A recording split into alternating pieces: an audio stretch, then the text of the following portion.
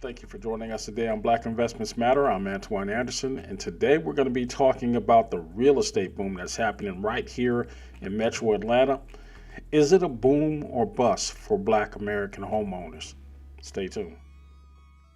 So, as we start to talk about this subject, I want to make people aware of where we're coming from in Black Investments Matter. The biggest investment that any African American, male, female, whatever, is ever going to have is that investment in your home, your real estate. It always has been, it always will be the number one vehicle of growing generational wealth, hands down.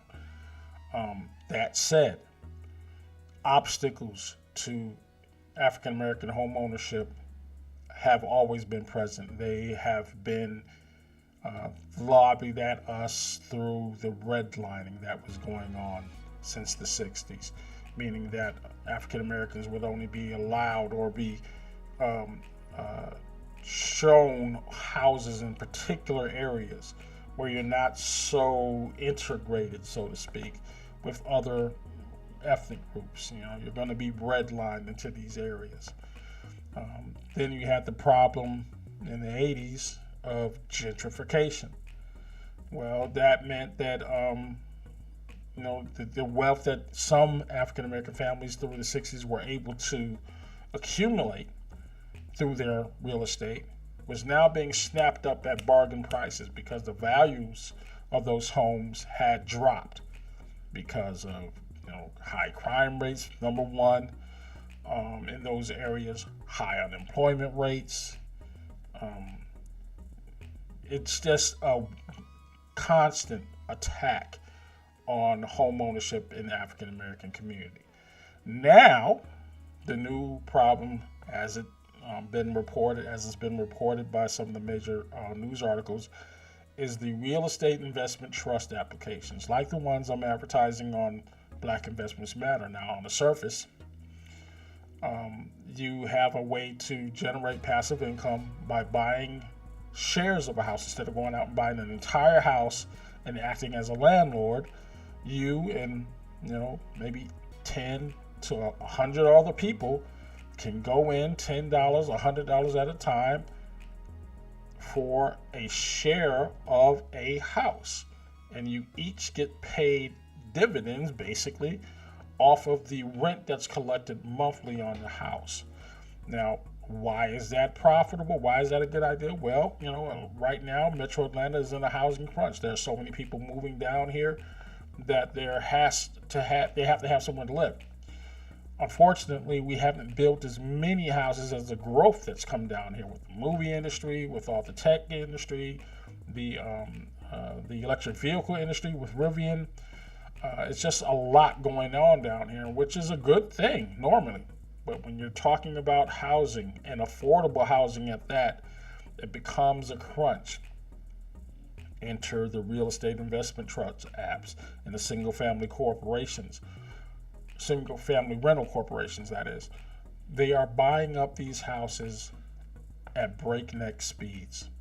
And when I say at breakneck speeds, I mean to the order of 60,000 at one time it was 85,000 homes available in the Metro Atlanta. 65,000 homes are currently owned by single family rental corporations in the Metro Atlanta.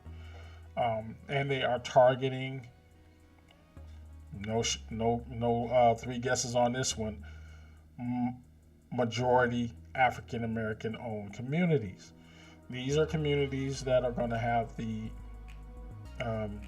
least amount of resistance, okay? As far as being able to make an offer on a home for a substantial amount of money, and let's not forget about that.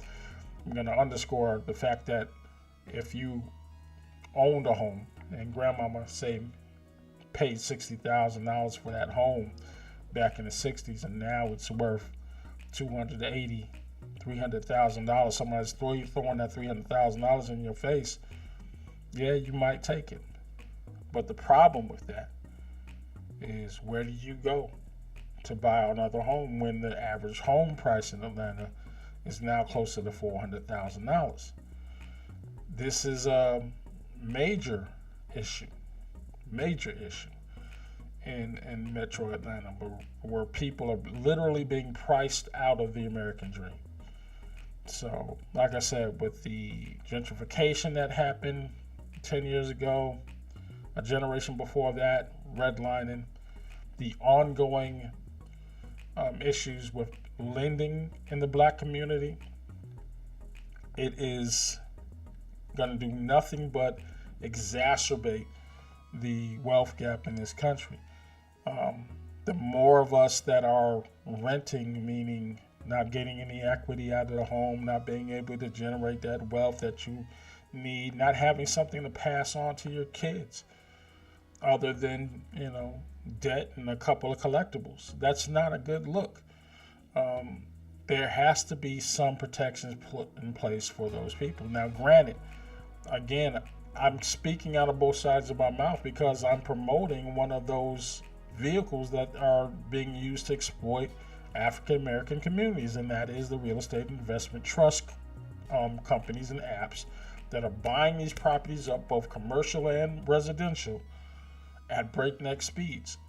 And if you do not believe me, just take a look at the Atlanta Journal-Constitution's article that they have. And I'm going to show you that right now.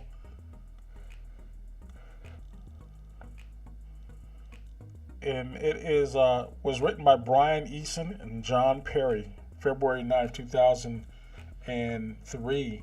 So please, if you get a chance, take a look at that. I have told people many times that one of the best ways to create wealth in the African American community is home ownership. I'm going to look at one of the pages that I created on my new relaunched website. These are just some of the companies on these real estate investment trust apps that are offering shares of a home for as little as $10 a share on some homes. There are some apps that require a substantially larger amount of money, but anywhere between $10 and $25,000 can get you some passive income generated off of these very same homes that are being gobbled up by these Wall Street investor types. We have to pay particular attention to what's going on here. And if you have any questions, comments about this video tonight, this is all opinion. Black Investment Matter is not a professional financial advisor site. We're just giving an opinion here, and I would like to hear from you and what your opinion is on this topic. Please leave comments after you hit that like and subscribe button, and I will talk to you very, very soon.